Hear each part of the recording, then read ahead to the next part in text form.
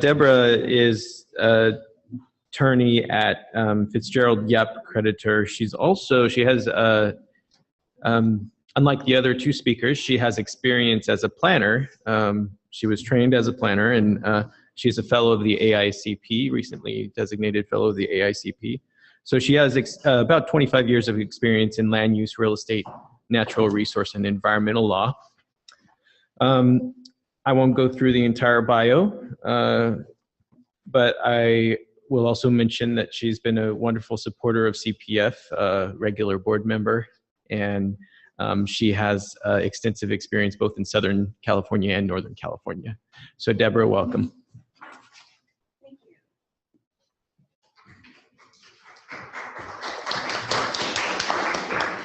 I think what John was trying to say is that I'm a recidivist board member. They don't seem to be able to quite get rid of me.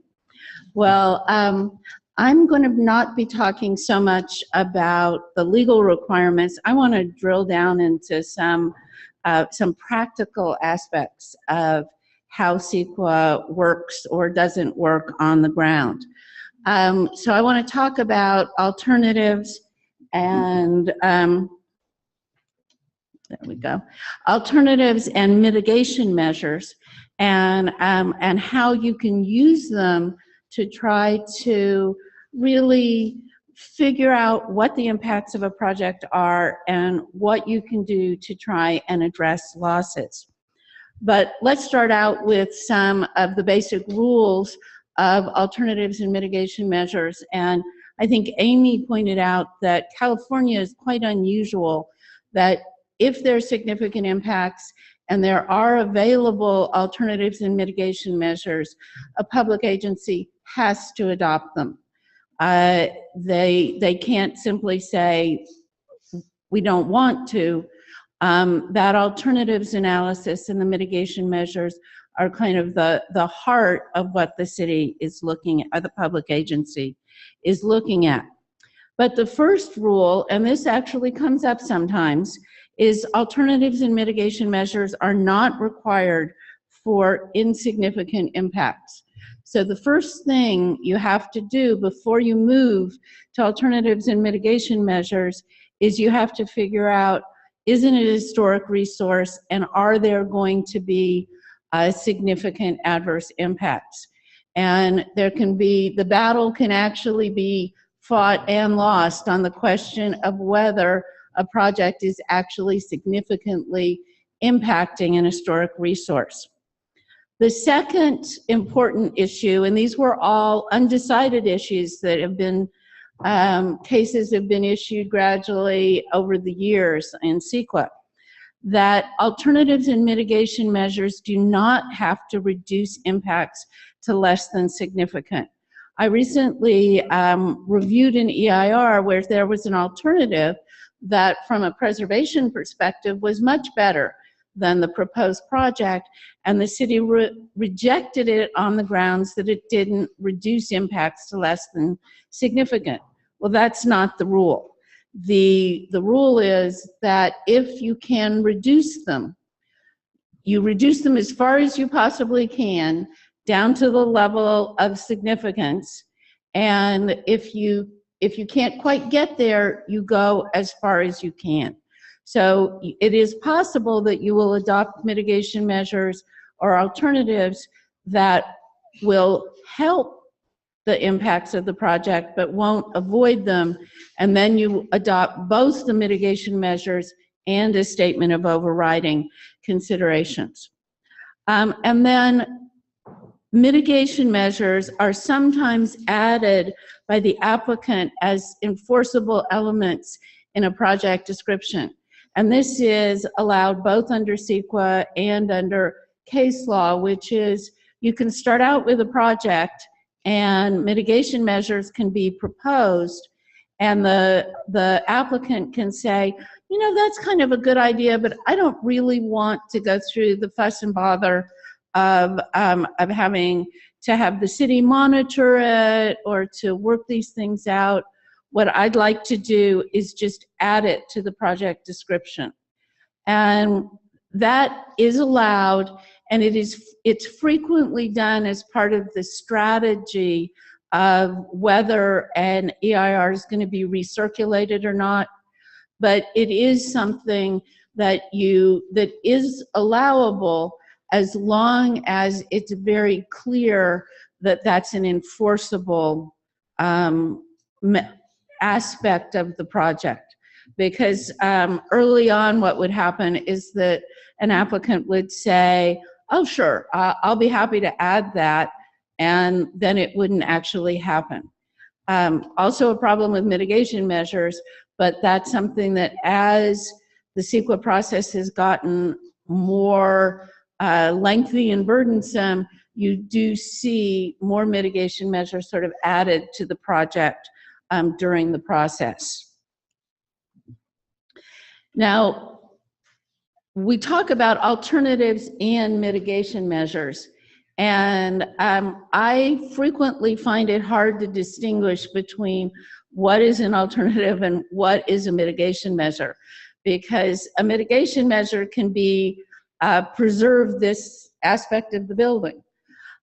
In general, alternatives tend to be a fuller way of looking at a project or a change in the project that will avoid the significant impact or minimize it.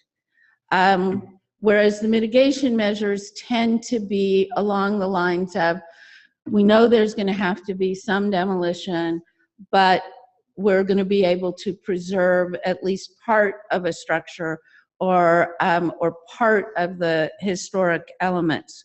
So I think it's a good idea not to get terribly hung up about whether it's an alternative or a mitigation measure, because at the end of the day, the rules are the same for both of them, that they need to address historic impacts, and they need to mitigate them to the maximum extent feasible.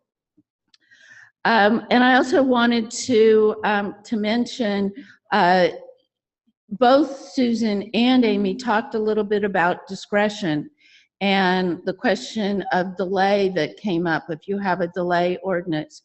I want to emphasize that as we talk about especially mitigation measures, it really highlights what that discretion needs to be. CEQA requires review.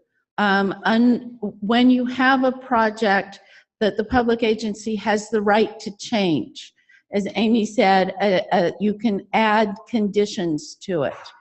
And so if it's a proposal where there's no right to add conditions, then you don't even get into the CEQA sphere.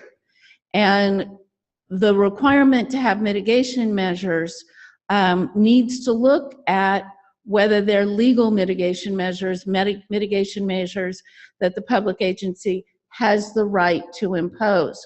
And I think it's helpful to look at the Friends of Gill case, not simply as a delay case, because what the court looked at was they said that under this particular ordinance, it's not just delay. The public agency needs to look at certain possible things it can do.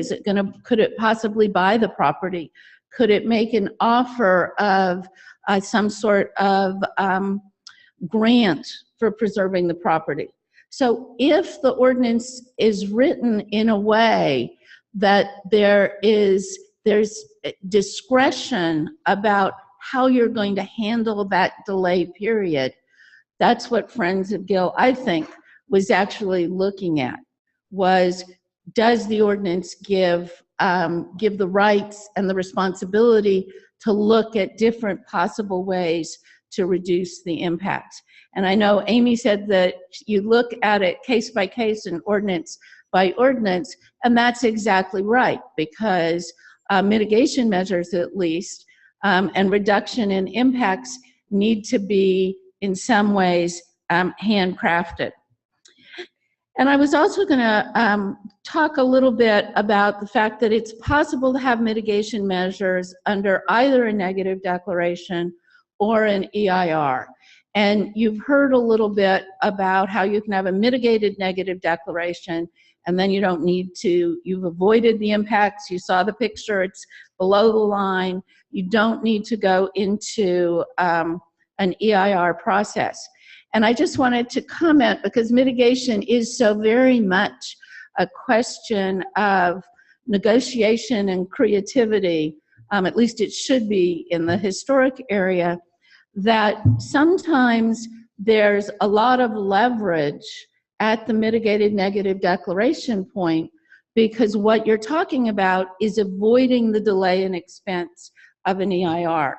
So if you got a $500,000 EIR, which is by no means an unusual amount, and a $300,000 mitigation proposal, of course you're going to want to, a rational landowner is going to want to work something out.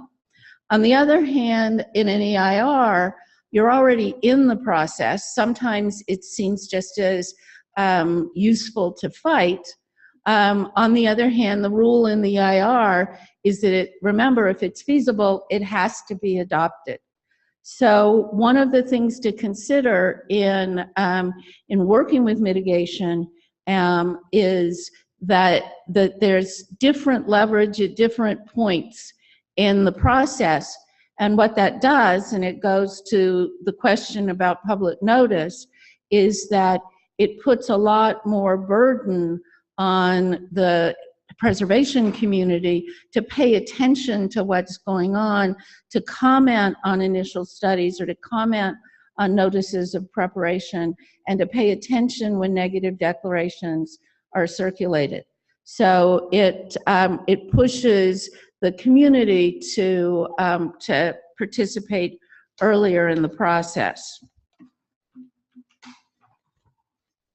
I think we're going to be fine on time, but it is a somewhat uncomfortable position to be the last speaker on a Friday afternoon where there's going to be a once-in-a-lifetime, apparently, opportunity for a time, and there's rush hour traffic, which I'm sure is causing problems outside. So we've gotten to the point that we know there's going to be a significant impact, and we know it can't be entirely avoided. And we want to look at what would be a meaningful mitigation measure, because we're trying to reduce that delta between the impact of the project as proposed and reducing it to below a level of significance. And there was a case, incidentally, that says all you have to do is go down to the level of significance. You don't have to go down to zero. So, so it becomes, in preservation, usually it's not a question of sort of titrating the impacts, but that's what you're going for, is to get as close to no significant impacts as you can. So mitigation measures can be imposed through plans, policies, regulations, or project design. And the first comment is that mitigation measures can be required for each of these things as well. So if there's a plan that's adopted, you may need to have mitigation measures for the plan. But what I want to talk about is something near and dear to my heart as a trained planner, which is the idea that you do mitigation, you conceptualize what is preservation mitigation in advance. You don't simply wait for a specific project. Now you're going to usually going to need to look at it in terms of a specific project to see whether it's actually getting down to the level. But it's always a good idea for a city to think proactively about what might be available for developers to think about while they're putting their project together. One of the things that was very popular, has been popular kind of in and out over the years, is to set up a transfer of development rights program. The whole concept of development rights transfers really came out of historic preservation, especially in New York City with the Penn Central decision, where it was essentially validated. But what it does is it says every piece of property has a sort of natural amount of traffic or employment under the zoning. And if you have an historic building that doesn't allow you to get the full benefit of what would be allowed under the zoning, take that and allow the owner to monetize it so that the impact of preservation financially is not so great. So what the concept was, is an intersection can take 10,000 cars over a particular period of time. And there's 4 pieces of property. One piece is historic, and you're not going to let them build that skyscraper on top of Penn Central. You're going to allow that development capacity to move somewhere else. And that's something that really needs to be set up ahead of time. So what you want is you want to have a program that's already available in the city, so that when someone is doing the pro forma for a development project, they know there's going to be some ability to get profit from that unused development capacity. Another completely different form of advanced planning for mitigation measures is design guidelines. And a lot of communities, especially for districts, do adopt design guidelines. That, for instance, if you have a craftsman area that has been designated, you sort of have some ideas about what kind of changes would work in a craftsman area. So you adopt design guidelines ahead of time, and you say that will be our desired mitigation for impacts to the craftsman area. So it requires thinking ahead, it requires funding that's not project specific, but it's a way of adding some certainty to preservation by letting people know ahead of time what the rules are going to be.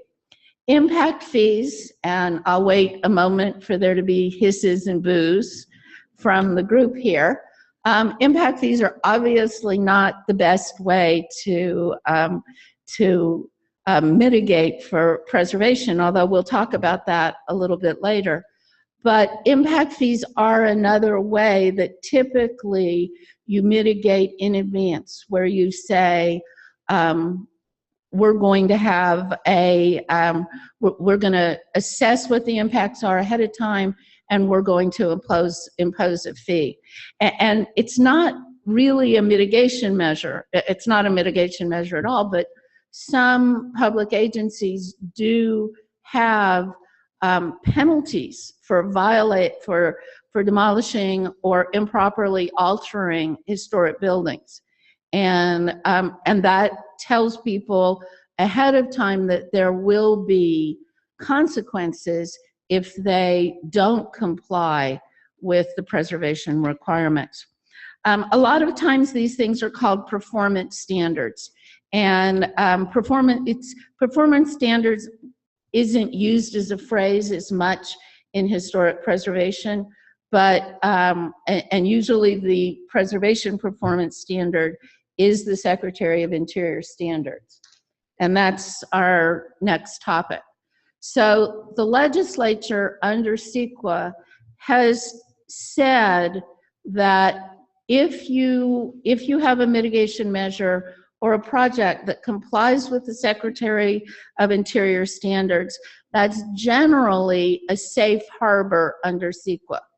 So in general, if you are going to comply with the Secretary's standards, either as a project, as an alternative or a mitigation measure, that is considered to bring the project impacts down to that level where it's less than significant. So that's a sort of pre-approved performance standard under the CEQA guidelines. I do want to make a couple of comments about that because we have a tendency to say, oh, use the Secretary's standards, and number one, you'll be okay, and number two, that's what you have to do. The Secretary's standards are not the only way to mitigate impacts, and sometimes they can, what I would say, over-mitigate in the sense that the Secretary's standards and the guidelines are specifically referenced. The treatment guidelines are specifically referenced in the CEQA guidelines. So what they do is they say, if you follow if you don't change the windows or the doors or all sorts of things, you will be found to have fully mitigated.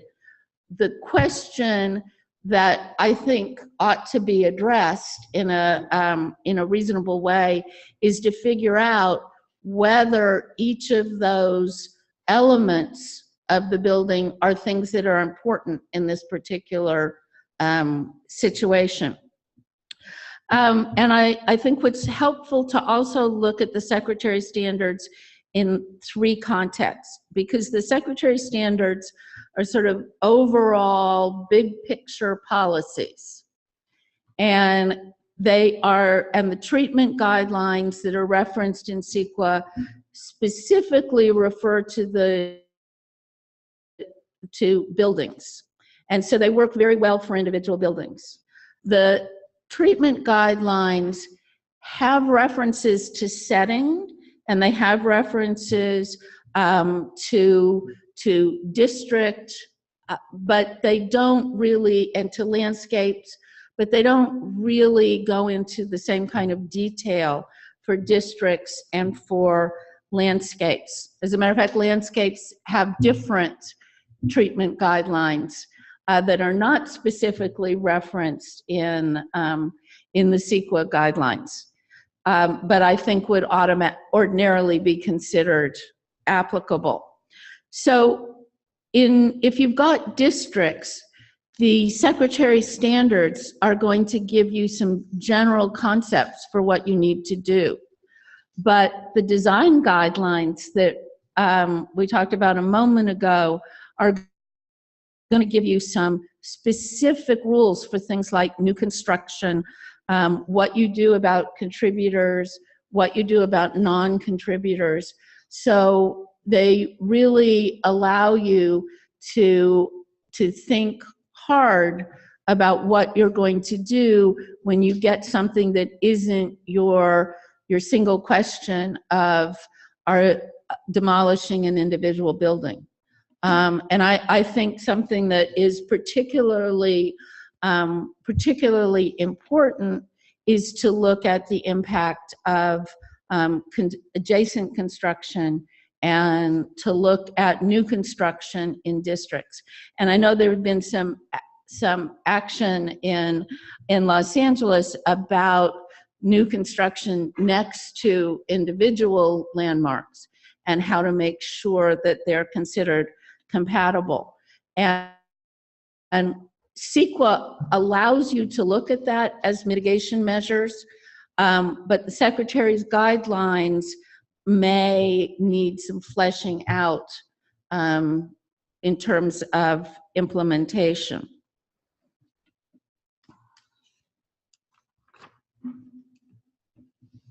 Okay, some additional rules. Mitigation measures must have an essential nexus to project impacts. And that actually came out of some of the Supreme Court cases on takings. And it's a little hard, so it requires a little interpretation to apply to historic buildings. But I think it is, the way to look at an essential nexus is, what are the character defining features of the historic resource that are being impacted, and make sure that when you ask for a mitigation measure, you're not asking for mitigation for something that's completely unrelated or somewhat tangential. I've been working on a case for several years where there was an historic landscape that was designated as historic with a structure on it. But it was the landscape that was historic and the structure was a feature. And the proposal came in to mitigate by rehabilitating the structure and demolishing the landscape. Well, that seemed to me to be a kind of classic case of missing the essential nexus idea. And so generalized mitigation, which is you're taking down an historic mural, you're going to ask for a conservation easement on another part of the building. You know, conservation easements are, we'll talk about them in a moment, but they're considered a classic mitigation measure. But if someone, and a lot of times, the property owner is just fine with that, and there's no objection at all. But if there's going to be a fight about it, the record ought to be very clear that you have tried to match the mitigation measure to the impact. You don't mitigate for impacts on wetlands by putting in a traffic improvement. And sometimes the mitigation measures can be just about that far apart. Mitigation measures should not be deferred, but can be imposed through specified performance standards. We already talked about the fact the Secretary's standards are considered the kind of the performance standard of choice for the legislature and for OPR and most public agencies. Design guidelines can be another way of deferring, of not deferring a mitigation measure. You can come up with a plan for how you're going to mitigate, and it's fine to do phasing. The mitigation measure doesn't necessarily have to go first, but you have to know what the impacts are, and you have to know what the mitigation is going to be. You wouldn't, with an historic structure, say, well, you know, we've identified some historic characteristics, and once we get in there and really start the construction, we'll figure out what we can keep and what we can't keep. And that's about the Sunstring case that Amy was talking about. That's pretty much what they did there. And you wouldn't do that with, that wouldn't be legal anymore under CEQA. Mitigation and negotiation. And that's something that is sometimes a little difficult to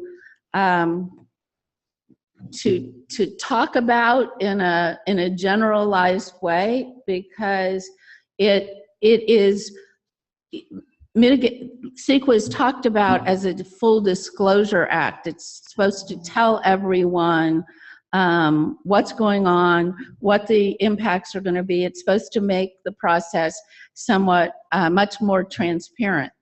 But it still is part of a political and a policy-making decisional process.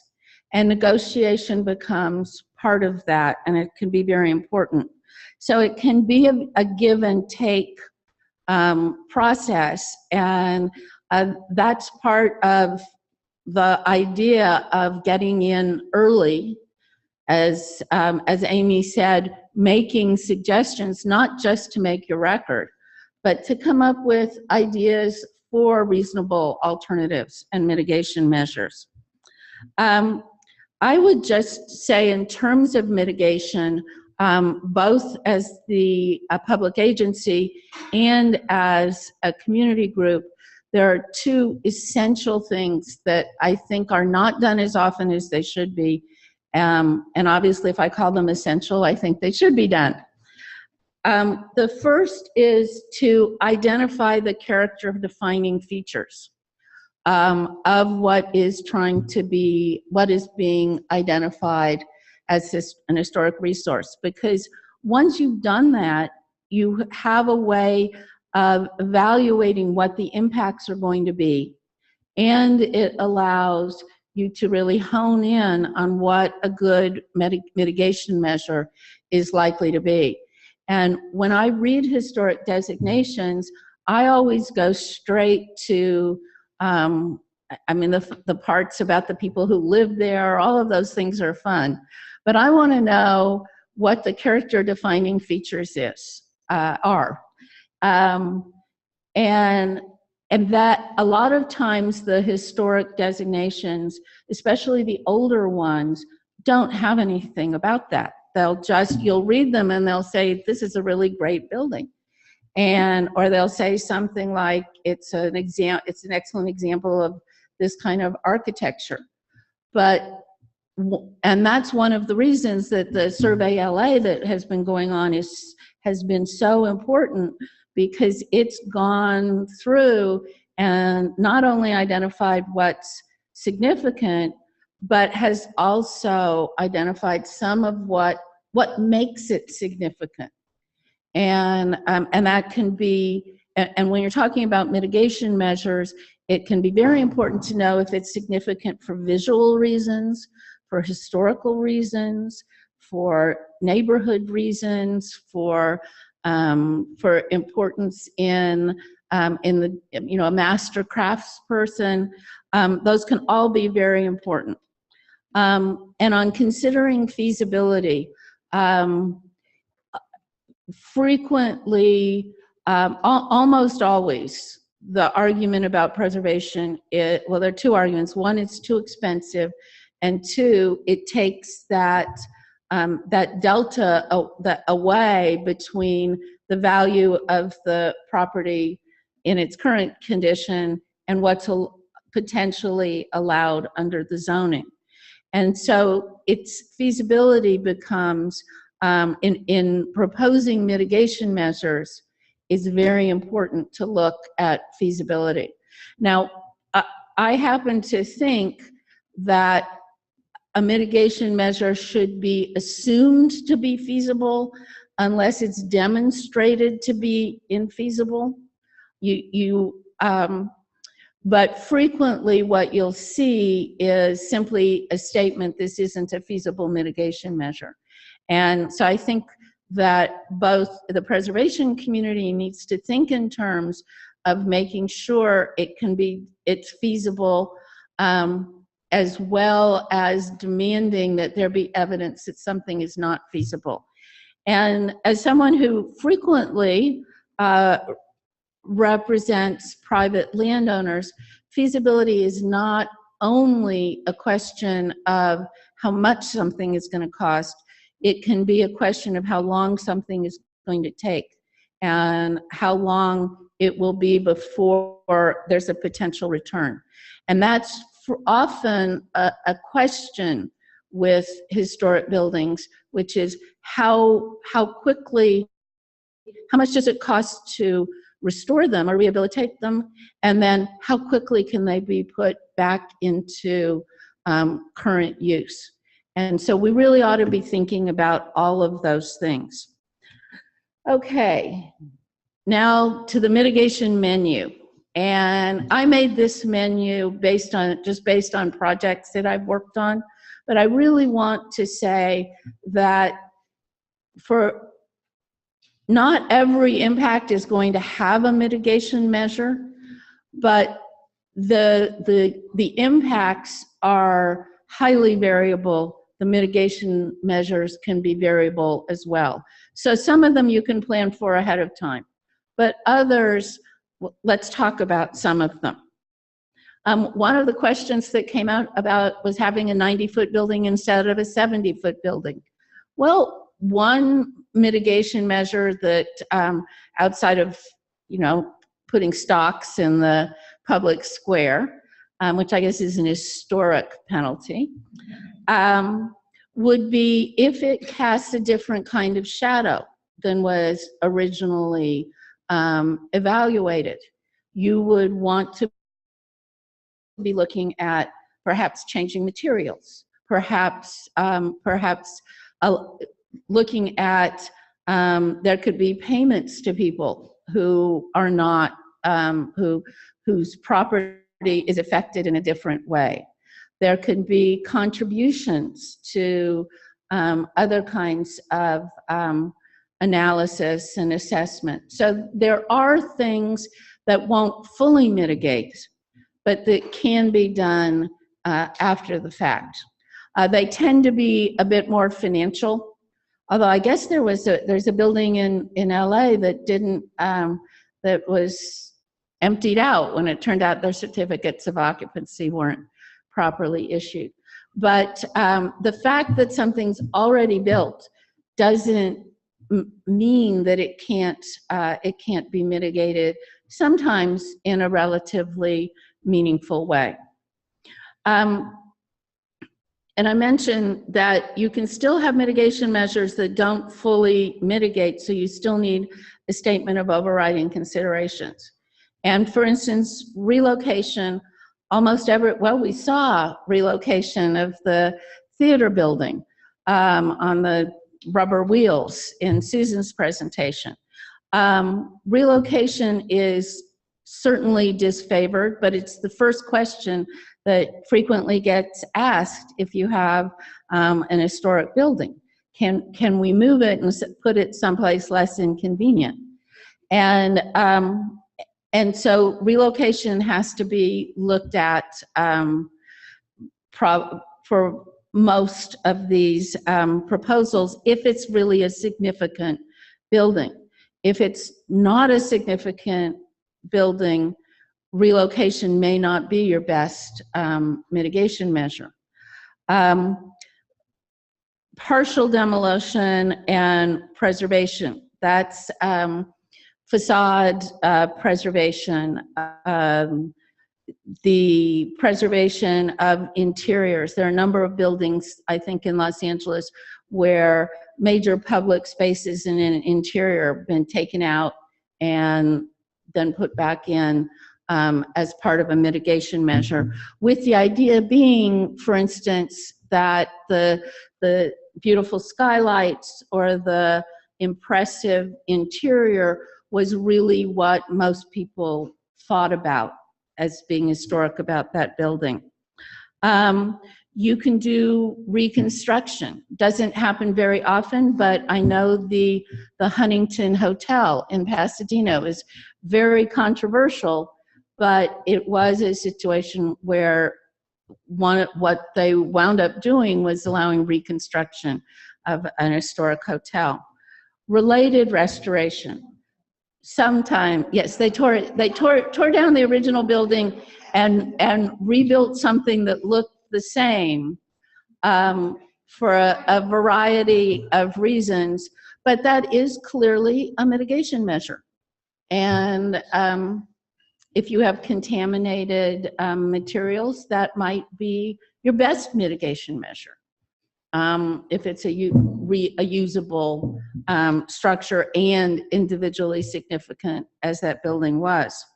Related restoration, again, something that that is hard to talk about in advance, but there are frequently projects where you'll have a resource that has multiple buildings, and the agreement will be, we'll fix this building up in return for being able to demolish or modify a different building.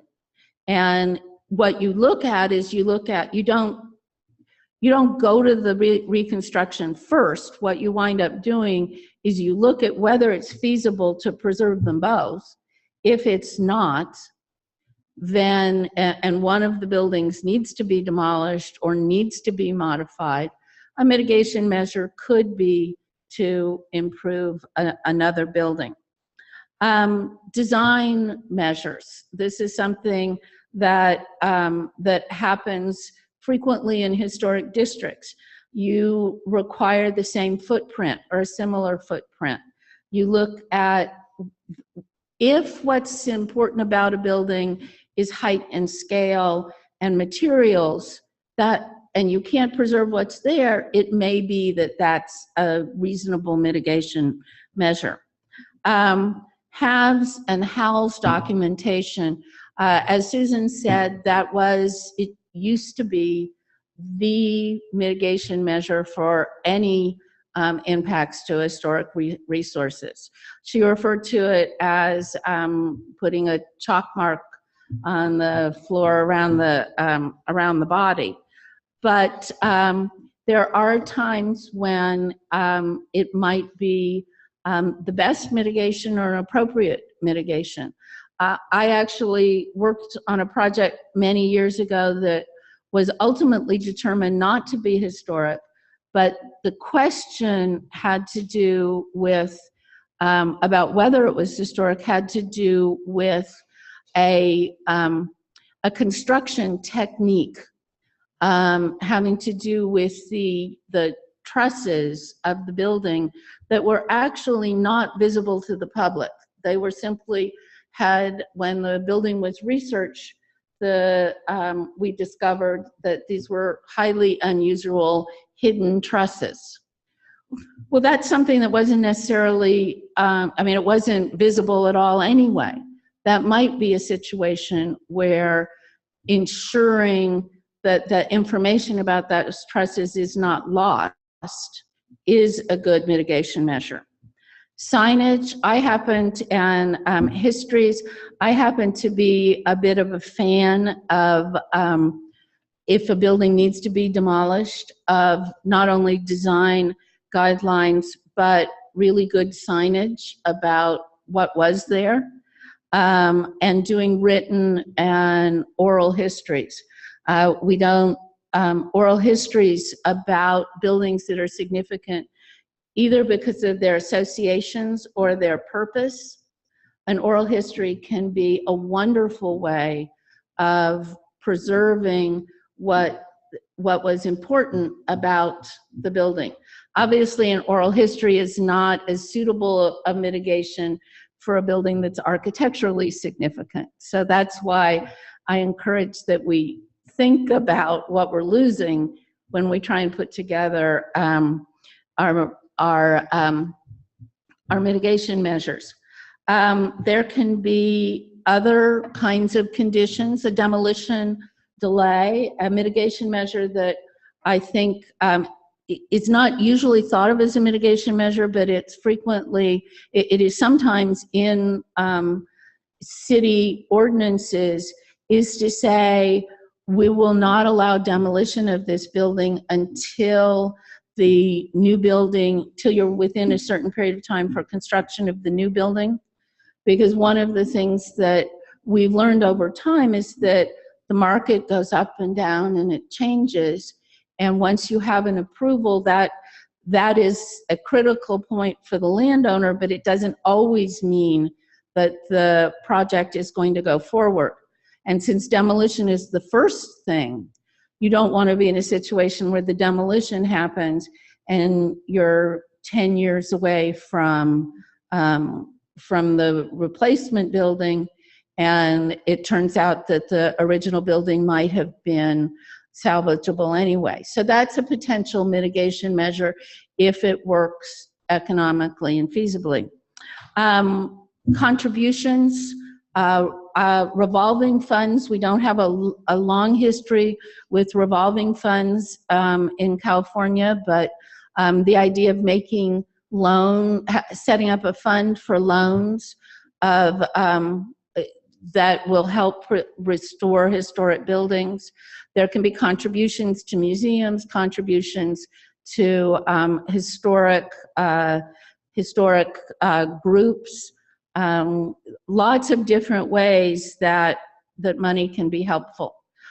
Exhibits, traveling exhibits to go around to schools and libraries, another thing that's done. As I said, after the fact, money is frequently can be a particularly good mitigation measure. And I do want to just very quickly, this is an experiment. How do I make this start? This is a mitigation measure for the 6th Street Bridge in Los Angeles, and it was determined that the bridge could not be preserved because of engineering reasons, and this was some of the creative mitigation that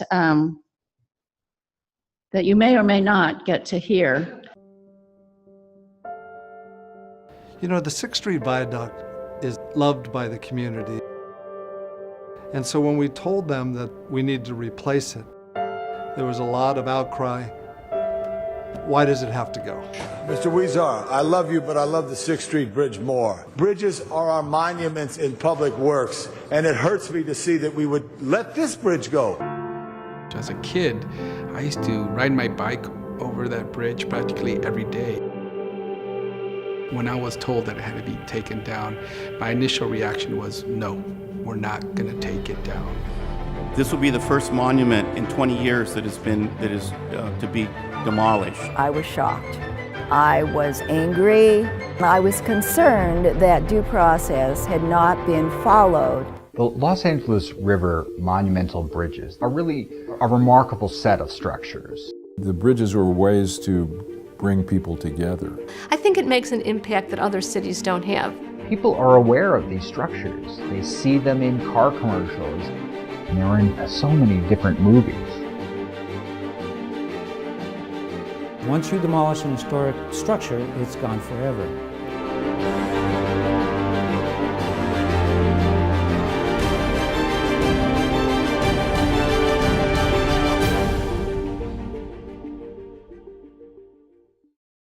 A wonderful way when you can't preserve something and when it's appropriate to have that you can take with you and not only remember the specific resource that's been lost, but highlight the importance of the historic resources to all of us. And then finally, monitoring makes mitigation work. And you've heard some sort of tired comments from us that there has to be follow through, there has to be monitoring. CEQA mitigation must be enforceable, and it can be enforceable in a lot of different ways. And some of them are facade easements, permanent endowments, monitoring agreements, access agreements, the mitigation monitoring and reporting program that is done at the public agency level, and then the checklist to make sure it's clear who is responsible for the monitoring. But I just wanted to emphasize that the mitigation measures are forever, in the sense that you mitigate while you're going through the construction process.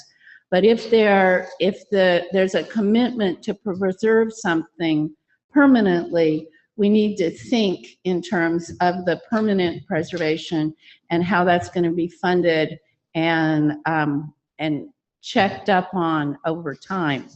That's not typically the way we think of development approvals or project approvals. So that's what makes it is particularly important as in trying to preserve historic resources for the long-term future, that we think long-term in terms of monitoring.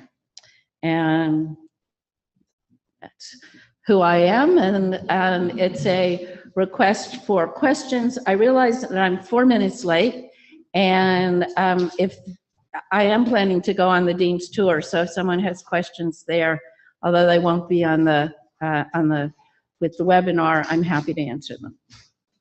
Any pressing questions before we head out? Yeah. Okay.